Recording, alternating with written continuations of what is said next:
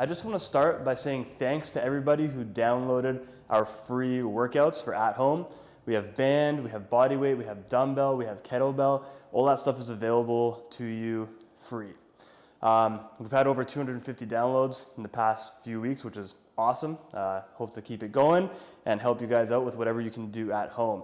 Having said that, this is the issue with doing large scale workouts for the general public. You guys know that we're a one-on-one personal training gym. We go as far as doing small group training as well. And that's because everybody has individual needs.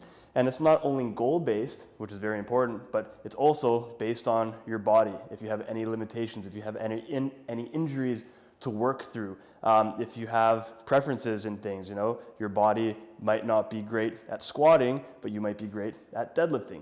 All those things we keep in mind and we like to consider.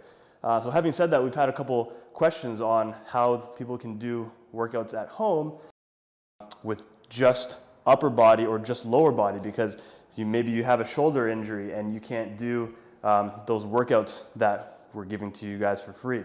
And same thing vice versa. Maybe you have a knee or a leg injury that you can't do lower body, but you still should be able to get some sort of workout in. You still, you don't want to be doing nothing. You don't want to be sitting around getting out of shape, feeling like crap.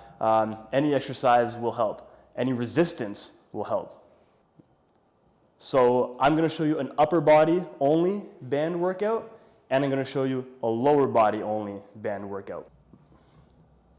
Part one is upper body. So we're going to start with some overhead press. You're going to stand on the band like this. You can make it as hard or as easy as you want, based off of how much of the band you're standing on. Right? Lock the glutes and the core nice and tight. Move your head out the way. And press.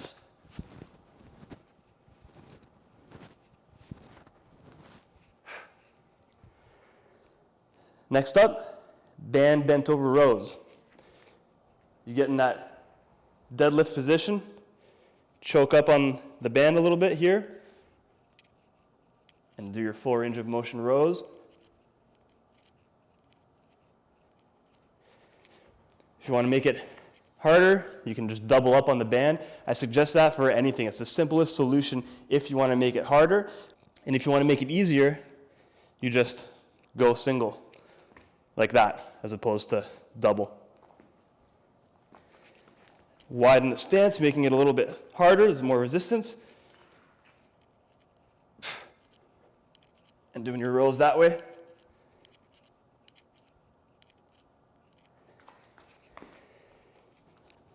Now we're going to get your triceps. Very similar position to the overhead press, but instead of having your arms in the front here, you have them behind the head, and this is all about bending the elbows.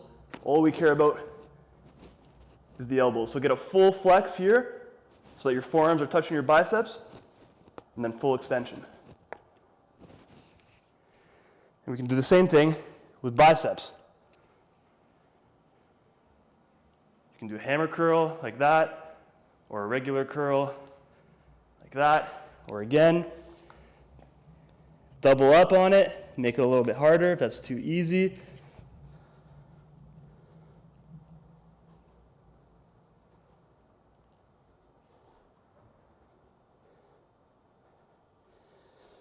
And getting single arm variations are also really important. One, single arm will obviously make it harder because instead of having two arms pushing in to the same resistance, we have one. So there's a bunch of different ways we can do that. If we're doing an overhead press, just do it like that.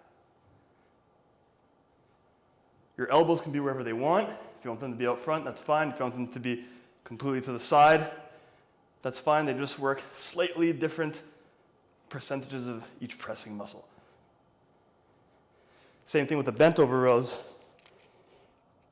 Choke up on the band, and you can do your single arm rows.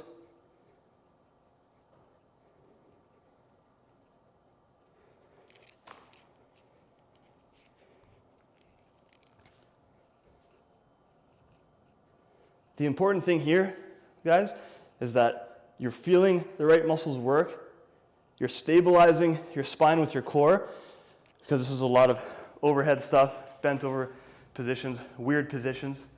And those are just a few examples of things that you can do without using any implements at all. No bench, no rack. I'm going to show you next some variations that you can do and some exercises that you can do with something as simple as a pole. If you have a sturdy like railing or something like that at home, that works. Even a tree outside, that works as well. Again, sticking to the upper body, we're going to do some rows. I like to take a split stance, so it's less stability needed for the lower back.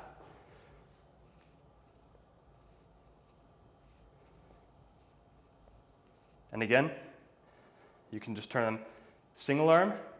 This is great because you're isometrically contracting this arm while you're working the other dynamically.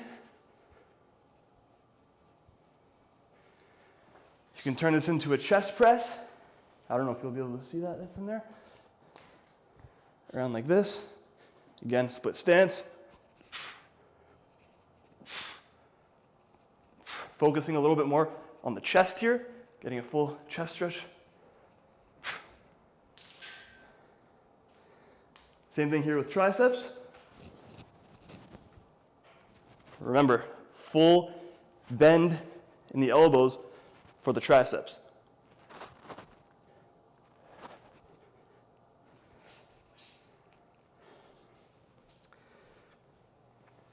And just so you guys are aware, we've pretty much been alternating pushing and pulling. Those are really the two main movement patterns that you have in your upper body. You have presses and pulls.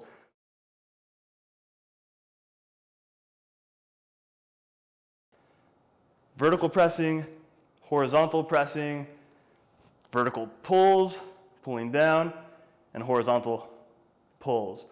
So apart from isolation exercises like triceps, biceps, rear delt, lateral delt work, the two main movement patterns are pushing and pulling for the upper body. So you want to balance those out. A lot of people believe that you should be doing more rowing than pressing, and if you have a desk job or if you find that you have kind of rounded posture like that or a little hunched forward neck, you will benefit more from doing a row or a pull versus a press.